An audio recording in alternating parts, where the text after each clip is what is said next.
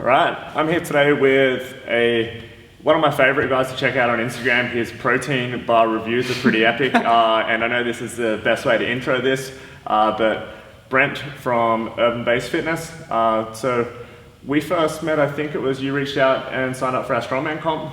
Was around about the start at least. We might have touched base a few times before. Yeah, I think we were just talking on Instagram a little bit, you were sliding into my DMs and stuff. So yeah, I think I saw the comp and I thought, why not? It's another strength role I've never tried. It's right in my, my backyard. Thought I'd give it a try, and I hit you up for a session.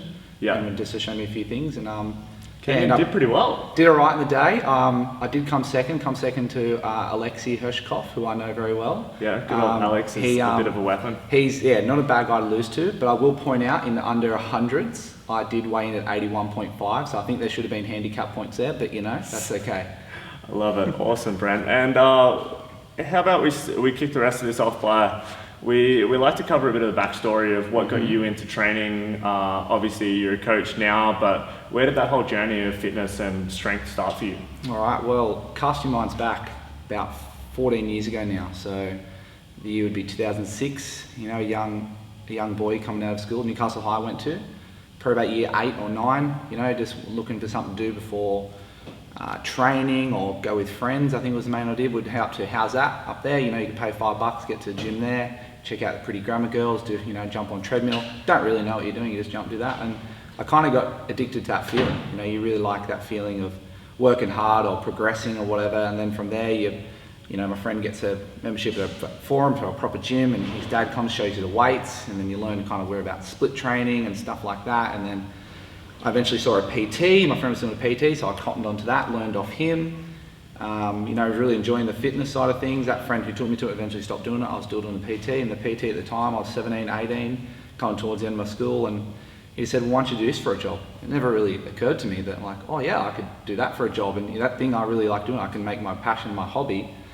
And then from there, just, did my PT course online, learned through him, the guys doing, the PT I was doing training with, and then who was that? Corey Tabiki.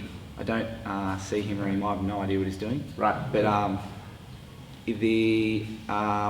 just got a job at Genesis. Was out there for 5 years, and I found my way to urban-based fitness more in the private sector, like you guys are doing. And then, here I am now, come up to 8 years later in the industry. Yeah, cool, awesome, man. And what about in terms of how you're competing in weightlifting now, which is super cool. I've done one baby comp for weightlifting. And, like an all-comers comp? Yeah, cool. I did one a while ago, but it's obviously very, very technical movements. It's kind of one of those things that's become really, really popular in the last few years. What was it that took you from just doing your normal gym training? How did that, the evolution of your training go to direct you to this point where you are now? Well, I think you'd have to strip it right back to, obviously as a young guy, you have those stigmas of being big and strong and lean. So I think the earliest memory I can remember, PT got me on a split training, so rather than just a full body, he got me doing a lower body day and upper body day. And then eventually, you get caught up in the high school crowd. I went to school, he's look, I'll admit it, I did back, arms and chest for 3 days in a row for about 3 weeks straight, not missing a day, no legs. Damn, arms and chest look good for schoolies, but just completely neglected. I think that was the height at which I got it. I think I was using the mass gain as everything, I was only about 18 at the time. And then I think from there it's it's got to be more to training than just the look of it. And then I realised there's strength. There's these things you can go below 8 reps. You can actually go under that and you can go to 5 reps. And I thought, oh great. And then there's these big movements like squat and dead. It's these are actually really bang for your buck exercise. These are actually what's going to actually make your upper body bigger in a sense. If you want to get bigger, you do squats. It sounds counterintuitive, but it makes sense. And then from there, I think I've always seen weightlifting as the pinnacle. How many sports have Olympic as their most commonly used name? You don't really go, I'm going to go do Olympic running, or I'm going to go do Olympic swimming or Olympic high jump. It's called Olympic lifting, but I do call it weightlifting because I'm never going to get to the Olympics. But I've always seen it as the pinnacle, as imagine if I could do that, that'd be really cool. And obviously from doing chest day, every third day, you can't really hold a bar overhead that well. So that's what stopped me doing it earlier. And then I thought one day, I think I just reached out to my current coach and the club and said, I'll just give it a go. I might not be any good, but I'll give it a go. And then ever since there, I've just loved it. I've really just loved the sport in any way, any level I can be involved in it, whether it's just loading plates in the bar, coaching, reffing, competing. I've just I guess I've just loved it. So you're already PTing as a coach when you transitioned to weightlifting? Yeah. So when I started PT, that's when I was at a commercial gym, and you are a contractor and you kind of just essentially work for yourself. But you learn things from other people. So that's when you learn to do the necessities right. So squats, your deads, your bench press, your pull ups, all that sort of stuff you learn to do well. And then I was doing PT for a bit, and then I was just thought, I need something different. I need something to train for, and I was always better when I was training for something. Like even though schoolies was a stupid aesthetic thing to train for, it made me train hard. Like it actually got me training really consistently. So I thought I can probably only do that once, maybe twice if you're really pushing it beyond the schoolies. I thought, well, I just need something to train for, and I saw it as like, I think I always wanted to compete, but I knew I wanted to be at level, because I definitely hold myself in a high regard of where I want to be at, and from there it's just one of those sports I just always continually improve. Like you have your bad days and stuff, but I'll always continually improve. Coming into my fifth year, I'm still improving, and I'm still enjoying just refining that movement. It's just essentially two and a half moves if you count the clean jerk as 1.5. It's really, I really enjoy just refining that movement. Yeah, cool, man. I love that. And what I want to really dive in there is obviously then being a coach yourself, and you've obviously had PTs in the past, but it's kind of a humbling thing to then go back and be the beginner and be the client again, right? Mm-hmm, exactly. Tell us about that process. Like, why did you try to learn yourself at first, or did you reach straight out to, it's Troy at Hunter Barbell, Troy right? at Hunter, correct. Yep. So what was that like for you? Did you try to go first and not learn it, or did you go, hey, you know what, I'm just going straight into finding a coach for that? I definitely played around with cleans and stuff. I actually learnt off another guy, and I won't name his name because his advice wasn't very good, which is fine. And I knew I never really wanted to learn off CrossFit because I wanted to learn off the sport itself. And there was actually nowhere in Newcastle that really teach you. I eventually found Newcastle Barbell Club, which is now Hunter Barbell Club, because they've moved venues pretty much when I started training there. And I wanted to learn the sport. I wanted to learn it for the move. I didn't want to learn it to gas myself on it. I didn't want to learn it. I want to learn it for someone who's involved in the sport. And I found that really hard. But everything I've done, like I've actually taken up gymnastics. You know Sean Swadley? I took up gymnastics in for a bit. Something I wanted to do. Wanted to learn how to do backflips, that sort of stuff. Looked cool. So I've always been pretty good at reaching out and learning things. I've never been afraid. Never had that stigma and sometimes male mentality to be like, oh, I'm pretty good at this myself. I've always really wanted to learn off people who do things properly. If I want to do something, I really want to do it properly. So I think one day I was just like, oh, don't worry if you're no good at it, or if you can't do it that well, if you can't overhead squat, just go and do it. And then ever since there, I've just kind of learned it from there. I've just really enjoyed, just progressing through it and always being the student. I love it. That's something that like I'm the same. Like currently, I work with a coach in strongman. I've been with different coaches over time.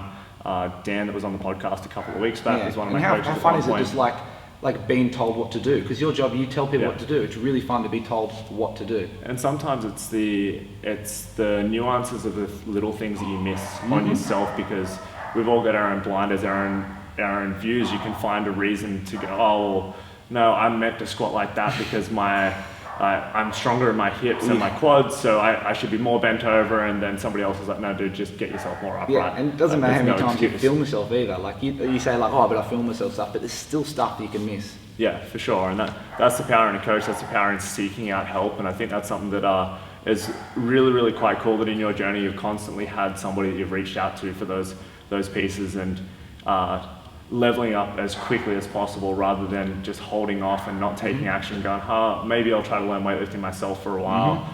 I'll hold off, and then finally biting the bullet and going, all right, I've wasted 2 years of my time potentially trying to get there before I actually go on and sort out a coach. And you're exactly right. I wish I started 2 years earlier. Yeah. I wish I started 2 years earlier. Yeah, and that's obviously there's things that you can go with that, where it's like, well, if you'd started 2 years earlier with a coach, maybe you would have, things would have changed. Maybe you weren't in the right headspace to actually be willing to start at that point. I never thought of it like that. That's a good point. There's always, you can justify it either way. I guess the best way is the way that it happened now, even that because you wish you started earlier probably makes you more hungry to put in the work now. So let's talk about snatch, clean and jerk a little bit more, particularly around like, what is it that you feel that's making it really boom at the moment? Like, it's obviously CrossFit was really big in introducing the movements, but it's gone from where there's probably something that like a small subset of Australia had even considered doing, and now it's like there's at most gyms you can go to now, and they've got a platform and some weightlifting plates where somebody can try to at least do it themselves of snatch, clean and jerk, and you do see guys that are now starting to regularly do it by themselves without having the coaches. Whether it's done well or not really the point, but it's growing in its popularity. So what do you think some of the things behind that? Look, as much as I hate to admit it, CrossFit definitely brings it to light. It's just, you know, these movements have been around for so long. Like, I think people are just upskilling and they want to learn. People want to learn new things. They want to try and nest things. So obviously, when you get to a certain point in your training, that's the kind of the next level. Like you said, like every new gym is getting updated or set up. A lot of them have a platform that, other than maybe a grass track for sleds, that's probably the newest thing that's going in every new gym, every commercial gym. I think sports science is a big thing as well. People are seeing the importance of that in pretty much every single field sport. That you would like having that powerful output is really important, and then you know, weightlifting is probably the best thing for that you can do. So I think that's a bit of it to help there. But I just think people like to move on, people like to progress, and since you can progress at that for so long, you know, me for example, this is my 5th year doing weightlifting, and I still feel like an absolute amateur at some points. It's a really good way to keep just refining that movement and always have it challenging. Yeah, awesome. And as you said, like you've had like 5 years of time training weightlifting now and progression in that. How does that look for you? How did that start in that process when you were first taking it on versus now? How's those sort of things changed for you? In terms of like my mindset about it, or how I've just the different challenges I'm facing with it? Let's take the question as however you want to take it. Okay, so the mindset when I first started was just to enjoy it, learn a new skill, apply it in my own training, and have fun, learn something new. Because at the point I found a real stagnant training. I was missing sessions because it didn't really matter if I missed a session. Like, what would it ultimately eventuate to? Because I had nothing to chase for. And it was just kind of fun to learn movement, and you could always progress in, not necessarily through weight, but you can progress in different way. The movement feel better. Like, I think you don't have to do a snatch for that long to know that what a good snatch feels like. Like when you do a good snatch, you know it. It feels right, doesn't it? It sits in that right spot. The thing with it as well, I think that's probably part of the reason why weightlifting is becoming more and more popular, because once people are willing to expose themselves to it, and part of it I think is also social media, because now like my Instagram feed is constantly girls outlifting me, from girls like Kate Nye and Maddie Rogers and that sort of thing, and the Chinese women that are just incredible lifters. They've always been very good. But the thing with that is like you start to see it more, like those social media's brought out like the aspirational lifters for you to be able to see and recognize, and not all of them are I think what we used to see a lot of in the Olympics, you'd see the heavyweight men or the heavyweight women that were 180 kilos and doing these lifts, and it was like, okay, cool, but that's not me. And now I think CrossFit brought out the real person doing it, the everyday person who's an achievable physique. Yeah, I think you're right in the stereotype where definitely in how they've changed the bodyweight categories, I think they're trying to market it, the whole sport, towards more, you don't have to be this overly weight, circus performer to do weightlifting. Same with strongman, no one's wearing a leotard sash or doing a round thing around like dumbbells overhead. There's it's a the few same of sort them of thing. still going around. Yeah, there's some people like that, but they're the heavyweights. There is like these light divisions and these, who are essentially these Maddie Rogers, Kate Nye, they're essentially our pin-up women for, they'd be on the Sports Illustrated, but you wouldn't think that's what weightlifting is if you just took weightlifting as a stereotype. So I think that definitely helps towards it. Social media probably has somewhat of a positive effect to it. Yeah, so I think that's brought in like the aspirational side of it, and then I think because when people have started doing it, whether it be through CrossFit or seeing these light women being able to lift superhuman weights, and they get into it, there's that piece where it just clicks, as you said, it's like it feels nice, and you're like, oh, that one worked. It's like, why don't they all feel like that? Yeah. And then you try again, you're like, oh, it was close, it wasn't quite there. And I think that it's kind of like you hear of surfers' stories when they first get in the barrel and they're first on that wave, and it's that instant flow and everything clicks, and it's just like, that was the most amazing thing ever. I think that's the same with stuff like the snatch and clean and jerk, and when it clicks and it's that like all those timings, everything comes to perfection, that's the thing that just grabs people. It's like, I need to be better at that. Yeah, exactly. And I think coming back to where I'm at now, I think the real turning point was I did this competition at, there was ACTV versus New South Wales, and they held it at the Australian Institute of Sport. Anyone could do it, because I'm not good at weightlifting, just anyone out there. And it was me and two other guys, and we're all in the same sessions. They're all similar bodyweight, all same bodyweight category, and we all went 6 from 6. We all hit PBs. Alex was in that, Alex Hersey. who we talked about before. I'm pretty sure he won the day, so he won the session in the men's under 85 He's kilos. doing some incredible numbers. He's a crazy lifter. Snatch 120, clean and jerk 150 at like 80 odd kilos. Yeah, under 85 kilos. So yeah, we all did well, and we all drove down there, we all drove back, and we're just, at that moment, we're just like this, how much of a high, we said to each other, how much of a high you want after that? Like, because there's this big stage, like proper like auditorium and stuff. That very platform is where the current clean jerk world record, the heaviest ever clean jerk was set. And I didn't know that until after, but like it's just such an awesome feeling. So now where I'm at now, it's more of a competition set in terms of training for me, other than like the coaching side of things, which we might get into later. But in terms of training it for me, it's more like, all right, I want to get that, getting those big jumps in movements, not so much. Me adding 2 kilos to my PB is such an awesome thing. And me doing, let's say now I'm doing this movement better or it looks better, it's just such an awesome thing. You still look at videos of other people, then if I can do somewhat closer to those people who move well, I'm really proud of that. It doesn't matter about the weight. If I can make it look good or make a demo look good, that makes me get just as much of a high, really. Yeah, man, I love that. And I guess the key there is like the engaging in the art of it rather than it just being about the end result. Yeah. Is the thing that's a really magical thing in weightlifting, I feel. And Nate's a really good example here, my business partner, and he's doesn't do as much weightlifting anymore since having the bub, but prior to that point, like you would see him, it was more about refining it to get it to look nice, feel nice, than it was about putting up the biggest number possible there. Exactly. It's that's the thing I've always seen, other than, because I was always doing squats and deads before that, but there are so much more variables and stuff you can improve to your lift compared to a squat and deadlift. It's a different focus, you know what I mean? Yeah. You can kind of have a chat between sets and stuff of squats and deads, but you're just focusing, you've got to grind out that weight. It's not so much a grinding weight, you've really got to be focused throughout that whole session. So it builds good traits that way. And yeah, it's just, I think just the variables, and like you don't necessarily have to be stronger to improve. Yeah. And yeah, it's just so much fun that way. That was something that I think I'd noticed when I was playing around with weightlifting a little bit more, was that a lot of the time the people that were doing similar numbers in the Olympic lifts were significantly weaker on the traditional lifts of your squats, deadlifts and that sort of thing, and I was like, this just isn't fair. Yeah, exactly. Like for the numbers you're pulling off the floor, like essentially if we improve your technique or your speed, you'd be pulling huge numbers. Yeah. So your strength reserve is there in bucket loads. And then just like anyone doing a strength ball, we're all obsessed with numbers. We all are just on the spectrum of numbers. We just like following numbers and seeing that go up. Yeah, for sure, man. So let's touch on when was the transition? Obviously you've been coaching for a while.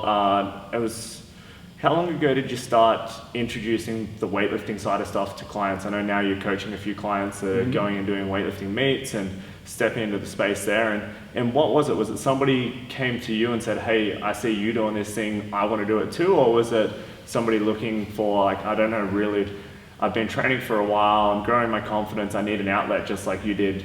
What was the sort of context that came up there? Yeah, I'd have to put it down to like 2 things. One would just be, like before I actually got into weightlifting, I did a CEC AWF level 1. It's a power coaching but also weightlifting course, and I did that in Newcastle. And you have that, it's pretty, like anyone can do that, and you don't have to do weightlifting to get that. And then I got more into it, and you had that. And when you have that, you can actually coach at competitions, and our club was getting bigger, and Troy actually gave me the opportunity. He said, you're really into this, you're invested in it, why don't you come help at competitions? And while it's not so much about the technical aspects, once you get to competition day, like that you don't really have to, you're not going to change technique on the day. It's more going to be about getting their mindset right and watching the numbers on the board, make sure you understand that. And since going a lot of comps, I knew all that. So I think I enjoyed it that way. And then I think just going off the competition vibes and stuff, I was like, oh, how cool would it be if this lifter I was looking after, who I just know from the club, would be the person I've started from scratch and can now go out there and do that on a competition stage. Same way if someone for strongman, like you've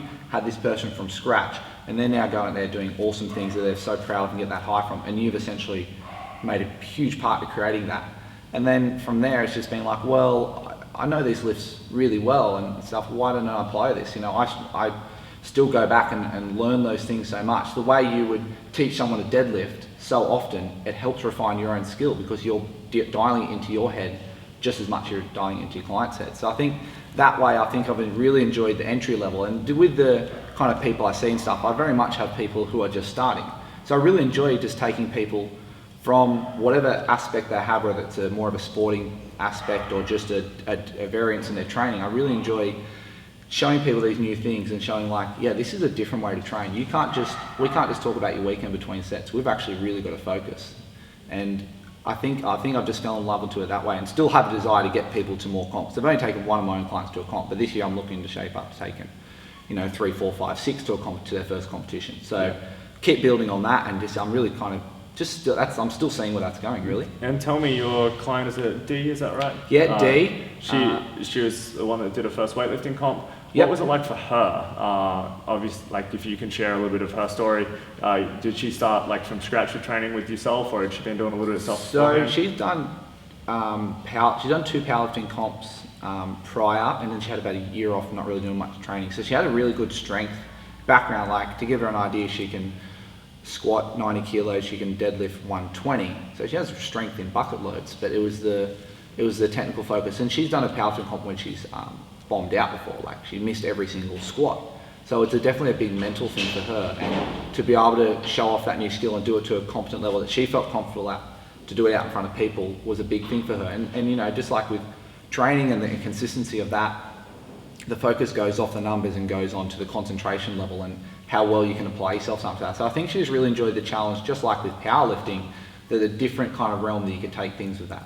Yeah, for sure, man. And that's one of the things that it is super rewarding when you see somebody come to you and ask us like, hey, that thing that you're doing, like I'd be really interested in doing that. Can you help me get there? And we've had instances with Sam, Grace, Annalise, a couple of the guys. These have all been on the podcast before, and quite a few other guys that have then stepped into the strongman side of stuff just because they saw it was like, hey, you look like you're having fun, and it looks like it's kind of a cool thing to do. So let's try it out. And can you help me on that process? Is like, it's a pretty special, the same as any other goal that somebody might come to you with. But when somebody asks for, I have that trust in you that you can take me here, will you go on this journey with me? It's pretty special from a coaching perspective as well. Exactly. I'm still very young in my coaching sense. That's why I think I'm definitely in the right spot where I'm just taking people from minimal or scratched and showing them these things. I definitely wouldn't be ready for someone who said, hey, I want to push to a national level. I'd say, maybe go see this person. I don't think I'm quite ready for that yet. But I think I'm in the right spot to where I want to progress my coaching and stuff. And I still think I'm in the infancy of learning these things while I'm still competing at the same time. Yeah, for sure, man. I love that. And I love the way that you can reflect on that already and go, hey, you know what? Well, this is my space, and this is the people that I'm really, really good at working with in this here. And that means that I'm not necessarily the best person for anybody that comes in.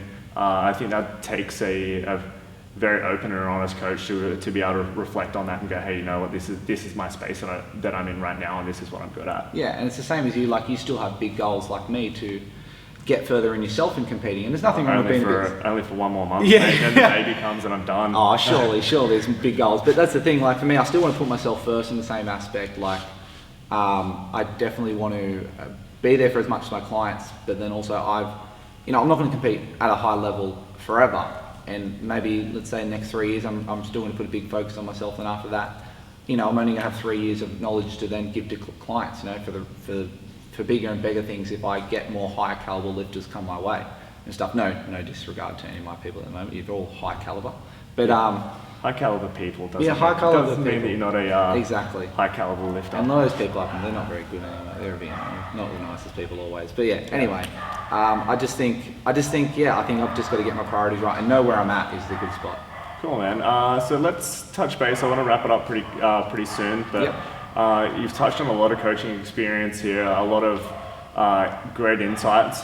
Let's talk about like some other mistakes that you might have made in your journey, whether that be as a PT and a coach, or whether that be in your own training. You alluded to like how you used to train with this like very hypertrophy, like body part split, very, I guess, traditional like men's fitness magazine style training, and then evolved from there. Is there anything else that comes to mind, some things that could be of value to say like a young Brent starting off again? What would you say for that? It's honestly just going over the basics. So quality over quantity. I used to think that the more you train, the longer you train, the more sets you added, the more reps you did, the better you improve. And that's not necessarily the case. It's all quality over quantity. Let's say you're doing 5 sets of 5 of a back squat.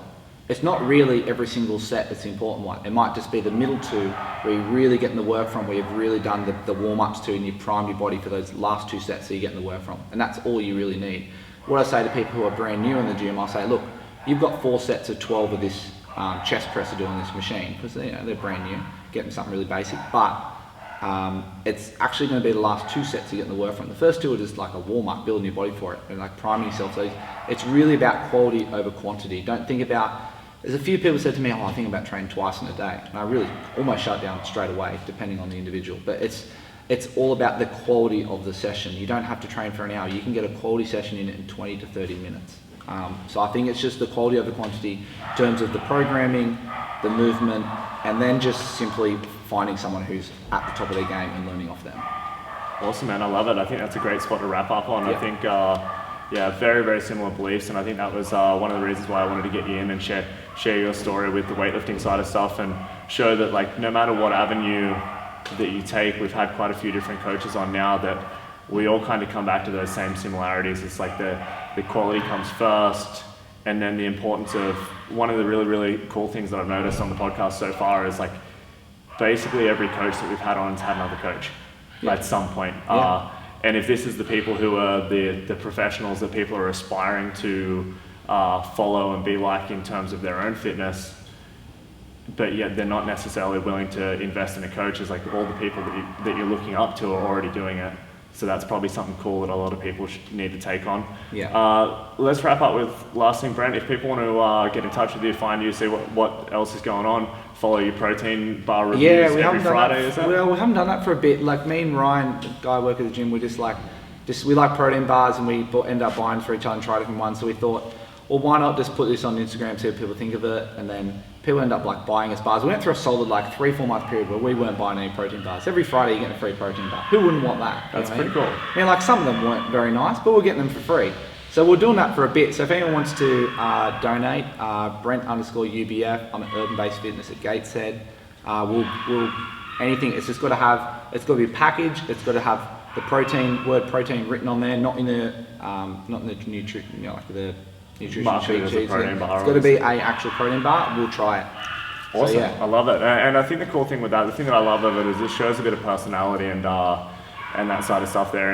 Instead of the traditional, it's just like, here's how you get jacked and lift weights. It's like, here's a bit of fun, and then people are eating protein bars, so you might as well teach them. Yeah, exactly. If anyone knows me well, I'm not too serious. I like to have fun with the training and stuff. I like to, hopefully I portrayed across here, but I'm not too serious about anything. Like, at the end of the day, you might go for a PB attempt, if you miss it, you just laugh it off. Like, who cares at the end of the day? It doesn't really matter. Awesome, man. That's it. Thanks so much for listening, guys. If you're enjoying it, make sure you subscribe to us on iTunes, Spotify, or potentially YouTube as well if you're watching now instead. And we'll see you guys next week on the Newstrength Weight.